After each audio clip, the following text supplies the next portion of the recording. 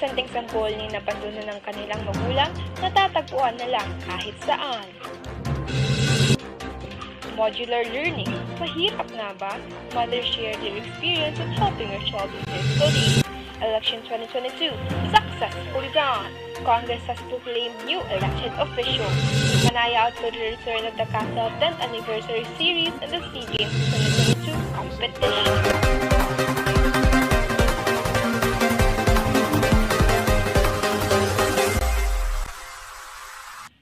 Good day, Luzon, Visayas, and Mindanao.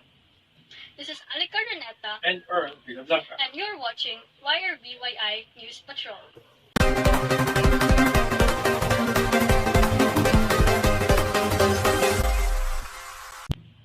Child abandonment is a willful action taken by parents in which the child is abandoned and left behind. Some parents forsake their children by assuring them that they will be cared for, while others abandon their children with no certainty.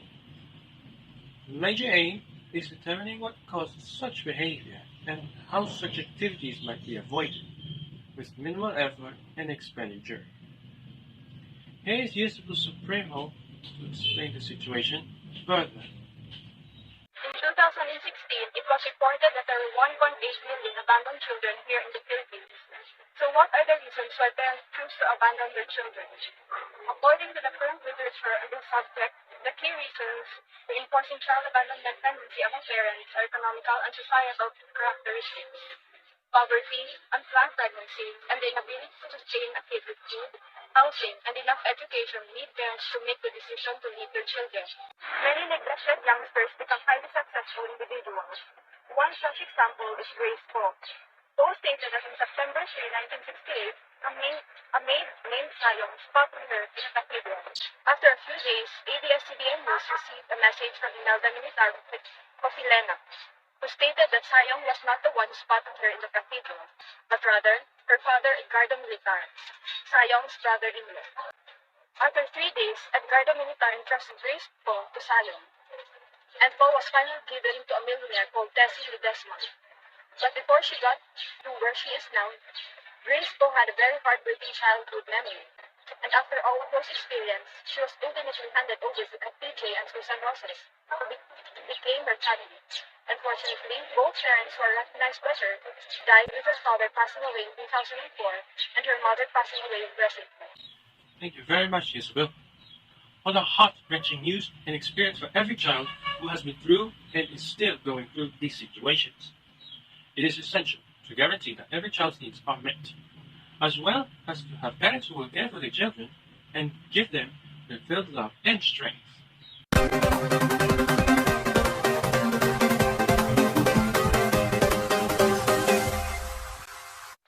As we all know, as this pandemic started, education has also been affected.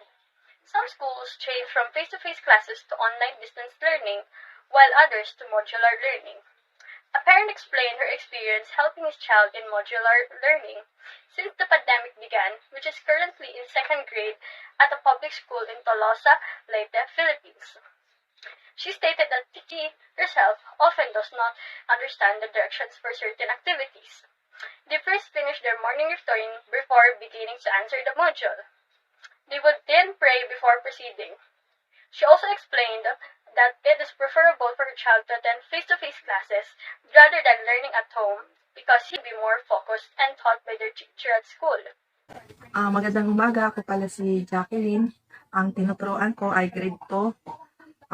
Bago kami muna mag-start mag-module ng anak ko, kami muna ay nagpe-pray. Ngayon, atas namin mag-pray, magsisimula na kami mag-module. Kaya lang, ito, nahirapan ako mag-module, magturo sa anak ko dahil is maganda pa yung nandun sila sa school kasi at least doon natututukan sila, matututo sila. Kasi pag itong module lang, mahirap magturo kasi karamihan dito hindi ko maintindihan yung ibang turo. Kaya kaming mga magulang nahihirapan magturo ng modules. Mas maganda na nandun na lang sa eskwelahan. Yes, this is what we hope for in 2022. Some schools have begun face-to-face classes, while others still continue to use online and modular learning.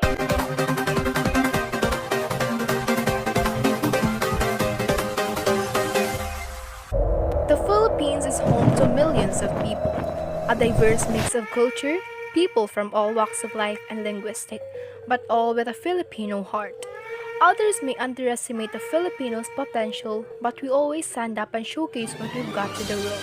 Sometimes they pass judgment on us for no valid reason or evidence. Little do they know, despite what the Philippines lacks and what the other people sees, each and every one of us is pleased, blessed, and grateful. Despite the obstacles we face in life, we can still smile and overcome the problem with the help of our fellow countrymen. The Philippines has already been through a lot. There have been numerous events that occurred in our country, but Filipinos never give up and continue to fight for what is right for our country. From our culture, traditions, language, people, beautiful places, down to our food, it appears that our country is abundantly blessed. A Filipino will always be a Filipino no matter what. And it is because of this that our Filipino hearts are so proud of our country. If we want to make a difference in our country, let us all work together to raise our flag to a whole new world, 100,000 things to see. We're like a shooting star, we've come so far, solving social Economic issues in our country and living in an optimistic world. Let us spread love, unity, and hope to our beloved home, the Philippines.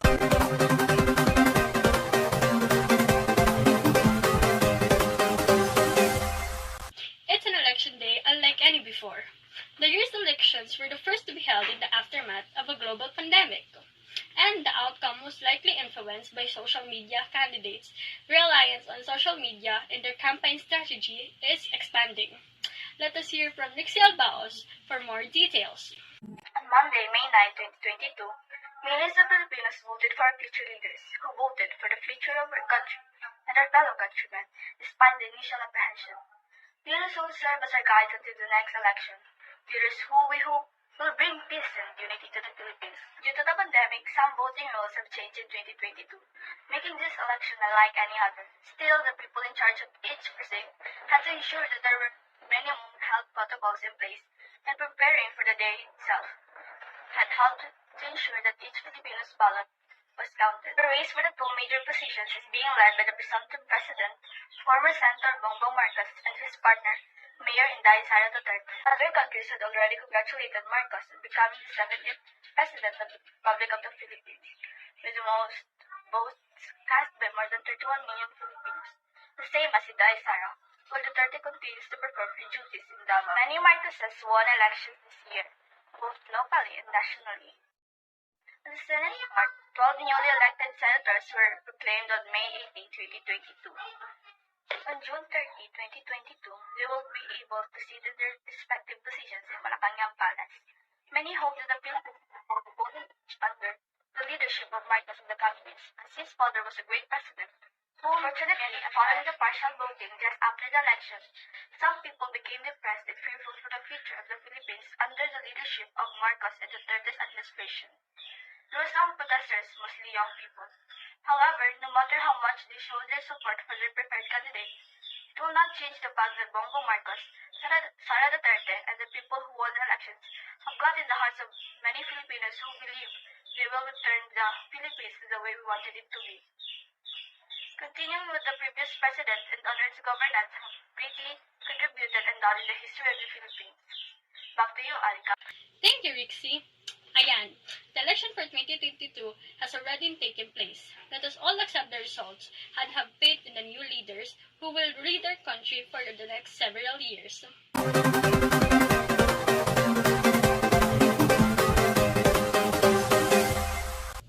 It's been over 10 years since Catherine Bernardo and Daniel Pandilla first connected in Growing Up, and fans are now counting the days until Too Good to Be True. The comeback couple's romantic comedy series that's sure to capture the hearts of their fans worldwide. Katnia is not only a famous screen love team, but they're also a real-life couple who have been loved and admired by many. Bagong teleserye, bagong magpapakilig at magbibigay saya sa aral at sa madla. Let's take a look at Isabel Supremo to get a better understanding of the series. May Cruz Alvear directed Too Good to Be True, which stars Daniel Padilla and Catherine Bernardo. In an exclusive press conference, Catherine expressed her and Daniel's gratitude for the opportunity to reach a broader audience through ABS-CBN's collaboration with Netflix. Daniel also stated that fans may anticipate something fresh in Too Good to Be True, stating that the plot is different and the characters are distinct from what he and Catherine have previously depicted. In their upcoming series, Daniel plays a character named Eloy, and Catherine plays Ali, a nurse. Due to unforeseen occurrence, they end up in each other's arms. Doubts arise as they get to know one another more, but they quickly understand that they are truly linked and that fostering sentiments of love is unavoidable. Katniel also stated that it is more than just a love story because its narrative is relevant and there are many things depicted here that actually occur in real life. Heading back to you, Alika. Fans of Katniel are undoubtedly excited and can't wait to catch up with their new series. Kaya halina't abangan natin ang lubos na magiging makulay na takbo ng kanilang pelikula.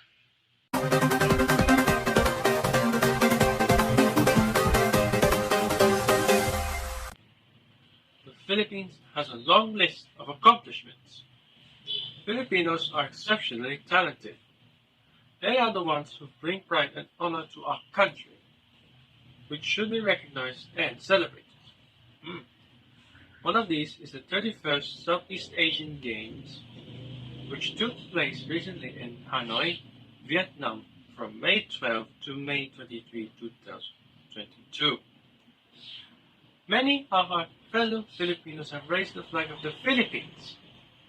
They did not just compete for themselves, but also for the country. They, or should we say, we achieved another feat that will be remembered in the hearts of many Filipinos. They won over 200 medals as the competition ends. For more specific details, here's Arkel Ogayan to explain further. Filipinos take up arms for our country in the 31st SEA Games with all their hearts and souls, with courage and boldness. This is what they have proven not only in our country but throughout the world. Heidelin Diaz, who competed in weightlifting last year, and again this year, is one of them. Filipino boxers also took home numerous medals in the competition. Rojan Ladon, a gold medalist who had won the Philippines' first golden punch. Ian Carpantista also won gold medal in the men's 27kg weight category. Gilas Pilipinas, the men's basketball team, also won a gold medal, while the women's team has received a gold medal as well. The Philippines has won 26 medals in total. We came in 4th place in the 31st Southeast Asian Games out of 11 countries that has participated. Even though we did not win first place, it was really an unforgettable experience and memory. It wasn't easy, but our Filipino brothers and sisters did it, and we are grateful for the blessing we have received from on high. We are also grateful to the Filipinos who participated in the SEA Games. Mabuhay kayo! Long live Philippines! Let us love and appreciate the Filipino athletes and our beloved country, the Philippines. Also, congratulations to everyone who completed in the 31st Southeast Asian Games. Back to you, Earl. Thank you very much, Arkel. Indeed, it was a triumph not only for them, but also for us, our country. As a result, let us continue to do excellent things to make the Philippines an improved and more progressive country. That's all for today. I'm Earl Riablanca. And this is Alika Raneta, and you are watching YRBYI News Patrol, young reporters bringing you informations. Thank you, and have a wonderful day.